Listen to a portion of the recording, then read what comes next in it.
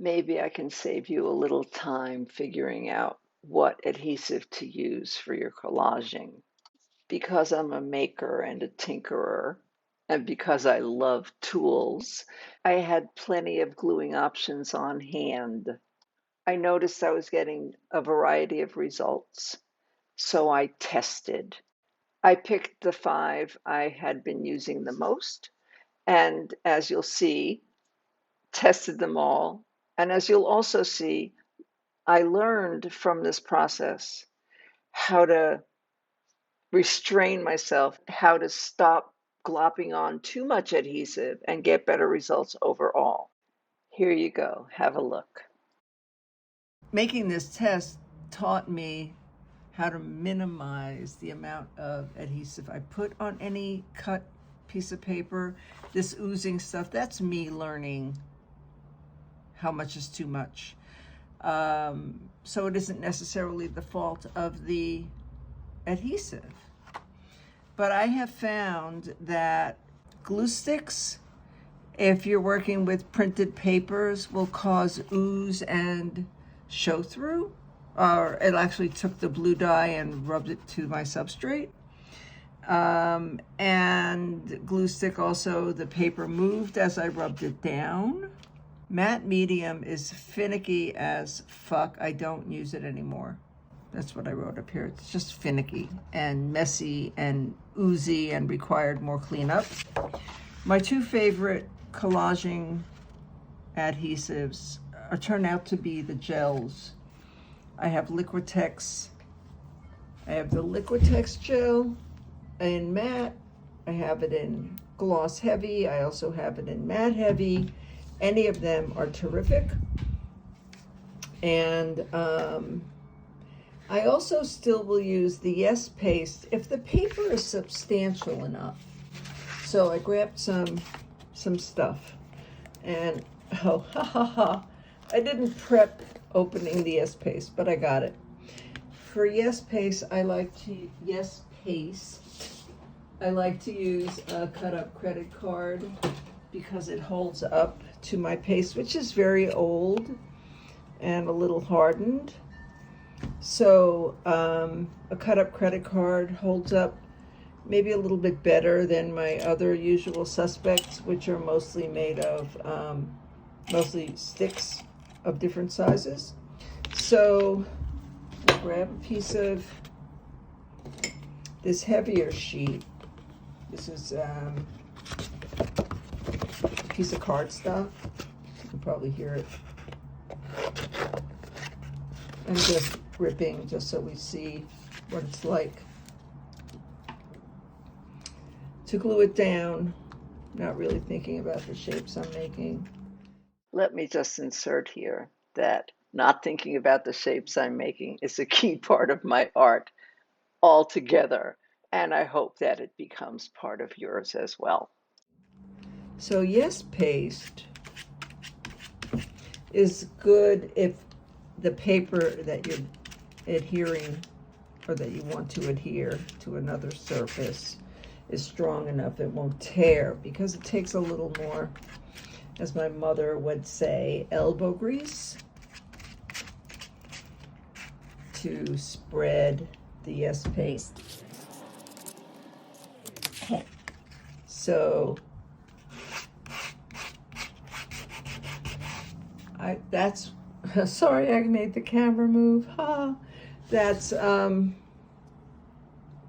I would apply Yes paste to a sheet of paper and glue it down. And like I said, it's really good if the paper is substantial. And then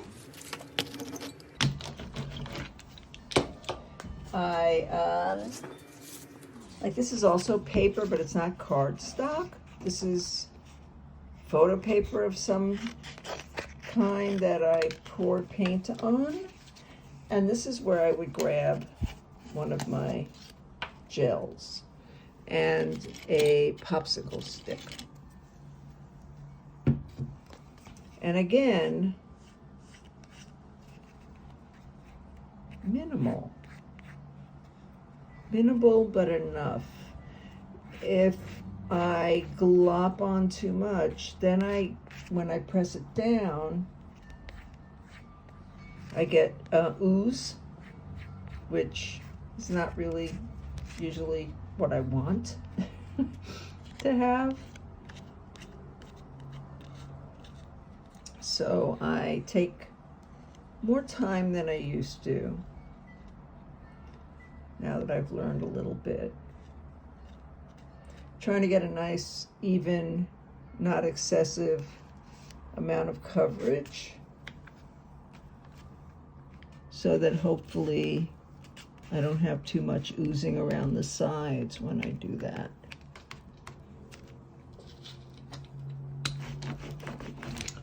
And the more delicate the paper, the more careful I found I want to be. Oh, this won't tear. So this is butcher paper. I've been, I tried pouring on butcher paper to see if it would peel up like as an acrylic skin, but it didn't. So now I know. But I can cut the paper and just glue that down. So because this is paper backed, it's pretty much as strong as the last one.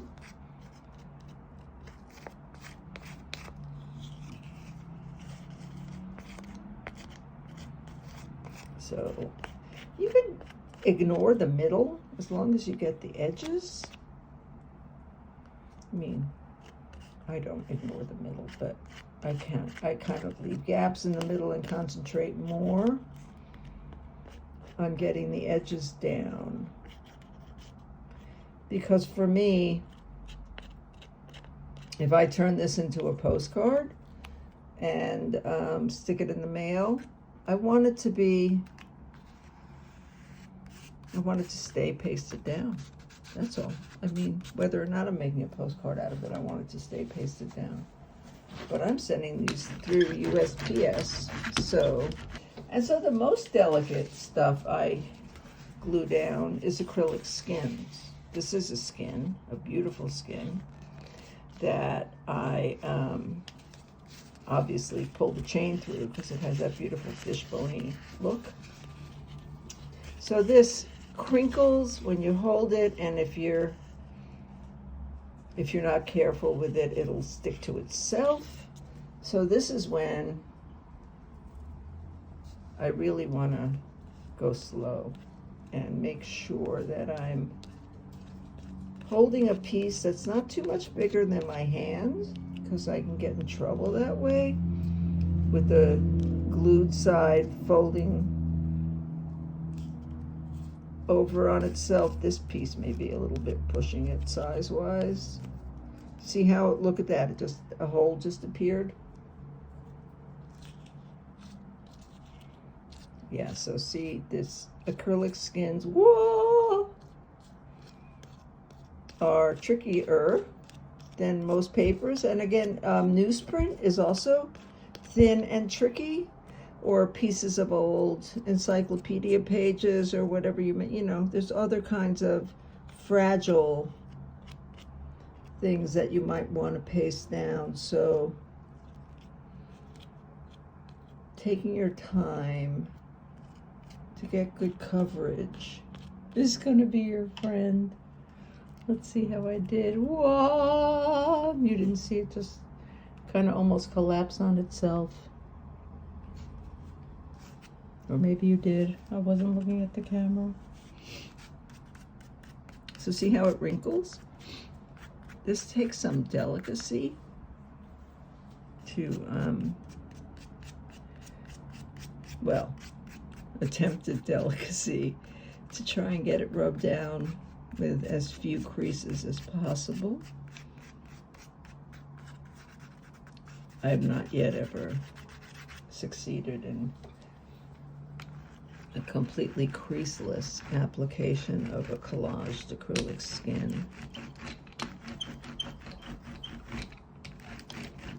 All right, so this went way longer than I wanted it to. Just goes to show me I never know how long it takes to share the wisdom I want you to have. So now you have it. You've got the adhesives I'm using now. Keep in mind this could change down the road. And what I've learned about how to use them and get good results. Have fun.